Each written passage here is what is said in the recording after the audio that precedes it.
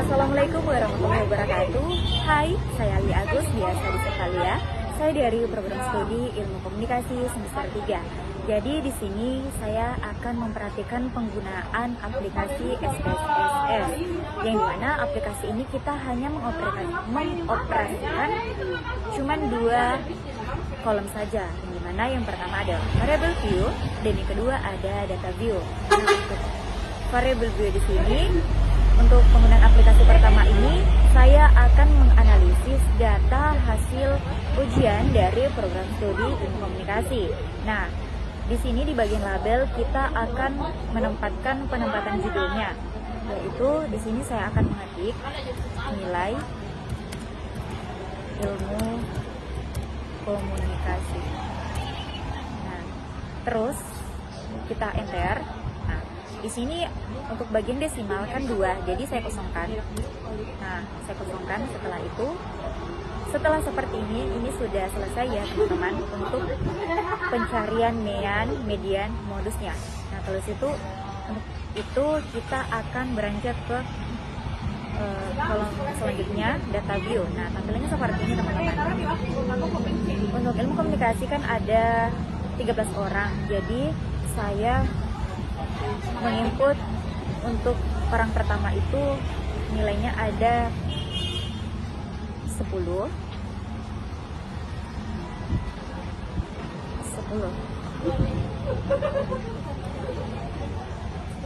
Oke. Terus yang kedua 20, ketiga 30, keempat 40, untuk orang kelima 50, untuk orang keenam 60, untuk orang ketujuh 70, dan untuk orang ke-8 80, kemudian orang ke-9 90. Assalamualaikum. Untuk orang ke-10 ada 100, sisa 3 orang lagi. Di sini 11 ya.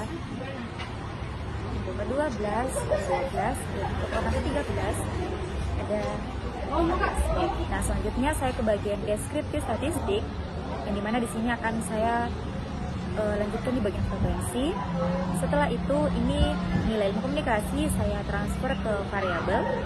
Setelah itu saya akan mencari di bagian statistik. Nah, di sini sudah muncul ya teman-teman. Saya akan checklist untuk mediannya, modusnya, dan di bagian ini juga. Nah, terus itu minimum dan maksimum, nilai terendah dan nilai tertinggi. Oke, setelah ini saya akan continue. Nah, setelah itu untuk mencari gambar dari hasil nilai analisisnya, saya akan masuk ke bagian cards. Nah, di sini saya akan memilih bagian histogram ya. Histogram ini model. Nah, terus saya akan masuk di bagian continue, artinya save, terus oke. Ini dia hasil frekuensinya. Nah, nilainya ini sudah ada muncul keterangannya. Tadi saya checklist, di sini juga. Dan terus untuk gambarnya, untuk gambar histogram seperti ini teman-teman. Oke. Baik teman-teman, jadi setelah kita mendapatkan median modusnya, selanjutnya kita akan mencari normalitinya, nilai normalitinya. Nah, yang pertama itu kita masuk di bagian analisis.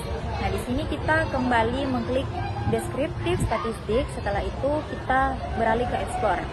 Nah, untuk explore kita bawa lagi ke bagian dependen. Nah, ini ada plots, kita ketik itu dan kita ketik lagi bagian normalitinya. Nah, setelah itu kita continue.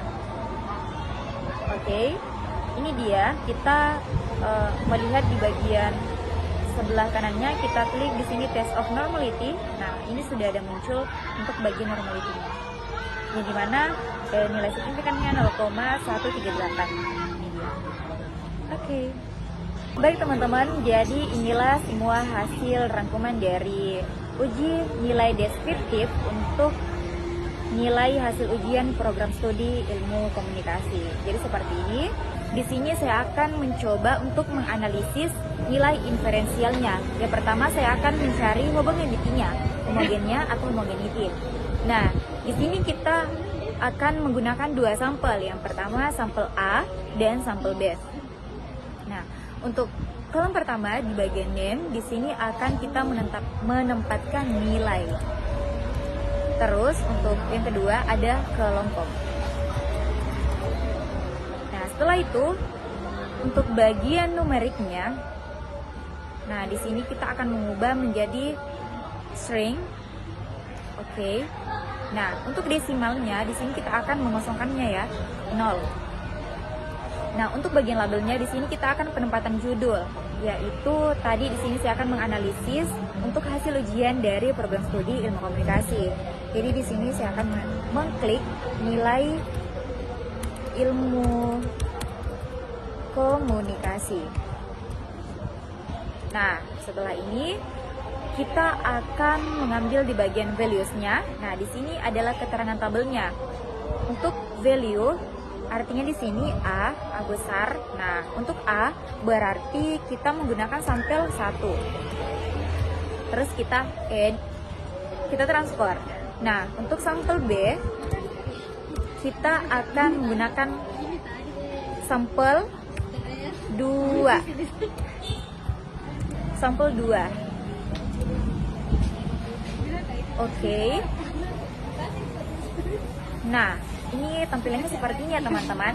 Nah, selanjutnya saya akan beralih ke bagian data view. Nah, di sini kan tadi kita mengambil dua sampel. Nah, yang pertama itu untuk di sini pengelompokan nilainya ya teman-teman. Untuk sampel A, saya akan menggunakan 5 orang saja. Untuk di sini 10, 20, 30, 40, 50, 60,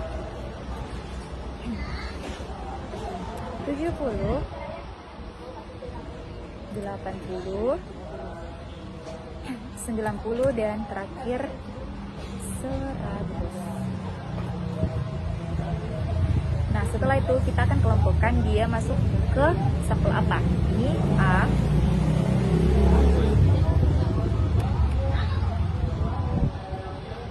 Sampel A itu cuman 5 orang.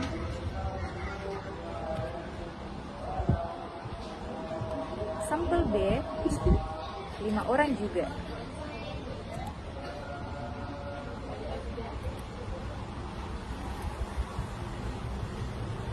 Nah, setelah ini kita beralih ke bagian analisis. Bagian deskriptif statistik. Setelah itu kita masuk ke bagian explore. Nah, setelah itu kita akan mengeksplornya ke yang pertama, habis itu kelompok di bagian kolom kedua. Nah, setelah ini kita ketik bagian plus. Nah, di bagian plus ini kita ambil bagian bawah sekali. Nah, di sini. Kalau ini untuk Oke, continue. Oke. Nah, ini dia hasil dari homogenity-nya. Nah, ini frekuensi homogenity-nya. Nah, setelah itu selanjutnya kita beralih ke bagian analisis. Nah, kita akan mencari uji P-nya. Terus kita kelompokkan kembali. Ini kelompok di kolom kedua. Nah, terus ini different groups. Nah, untuk grup 1 kita pakai sampel A, 2 sampel B.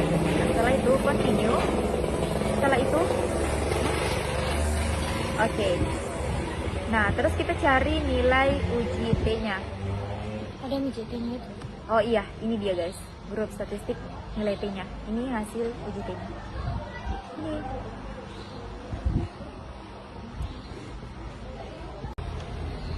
Jadi teman-teman, inilah hasil dari nilai inferensial untuk hasil nilai ujian ilmu komunikasi untuk penganalisisannya untuk homogenity. Nah, ini dia untuk homogenity-nya. Dan untuk nilai uji T-nya, ini dia teman-teman. Nah, ini dia. Jadi cukup sampai di sini penjelasan mengenai penggunaan aplikasi SPSS untuk penggunaan pencarian nilai deskriptif dan nilai inferensial. Sekian dan terima kasih. Saya akhiri. Assalamualaikum warahmatullahi wabarakatuh. Bye-bye. Audio Jungle.